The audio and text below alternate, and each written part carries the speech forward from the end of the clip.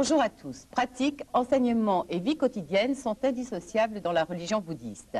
Nos actions, nos paroles, nos pensées reflètent en effet ce que nous sommes et traduisent la réalité et l'authenticité de notre engagement. L'enseignement et la pratique s'actualisent donc tout naturellement à travers les situations que nous sommes amenés à vivre au quotidien.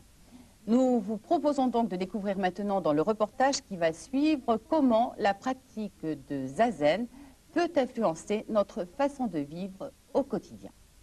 Ce que nous pratiquons dans le dojo est vraiment le modèle de ce que nous pouvons vivre dans notre vie quotidienne.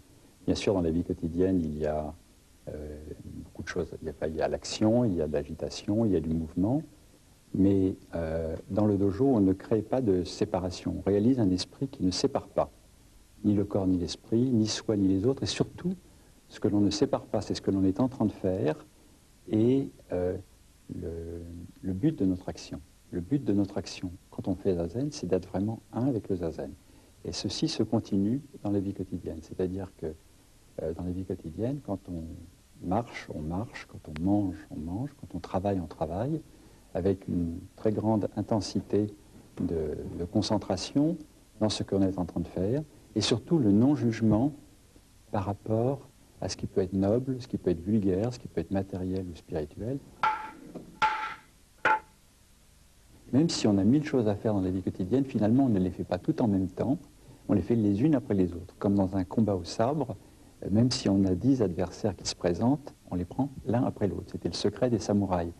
Et je trouve que cette attitude-là, dans les vies quotidiennes, est très importante. Si on sait qu'on a beaucoup de choses à faire dans une journée, si on pense à tout ce que l'on a à faire, eh bien on se sent un peu débordé. On se dit, j'y arriverai jamais, et ça nous met dans une attitude de stress. Si par contre, comme dans la marche du Kinin, on agit en faisant un pas après l'autre, même si les actions se succèdent rapidement, on reste toujours centré, totalement présent sur ce que l'on a à faire, et ça c'est un facteur qui apaise complètement le stress. D'autre part, on n'est pas à la recherche de performance personnelle. Souvent, ce qui nous stresse, c'est un attachement de l'ego qui a peur de ne pas être excellent.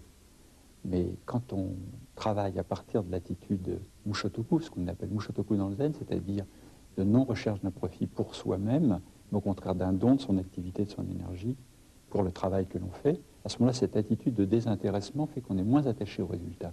Et le résultat, finalement, est meilleur.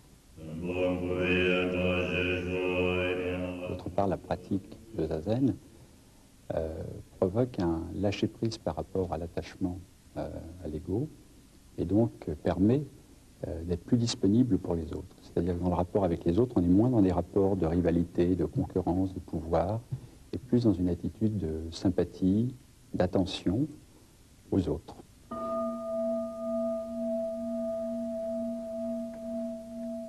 Quand on pratique Zazen, on observe l'enchaînement et les effets de nos pensées, de nos paroles, de nos actions. Et ensuite, dans la vie quotidienne, on devient extrêmement attentif à ce que nous faisons et les effets que ça a, une parole, et les effets que ça va avoir. Et donc, on devient beaucoup plus responsable, beaucoup plus conscient de l'interdépendance entre ce qu'on est en train de faire maintenant, ce qu'on est en train de dire maintenant, et les effets que ça va avoir sur les autres, sur notre environnement.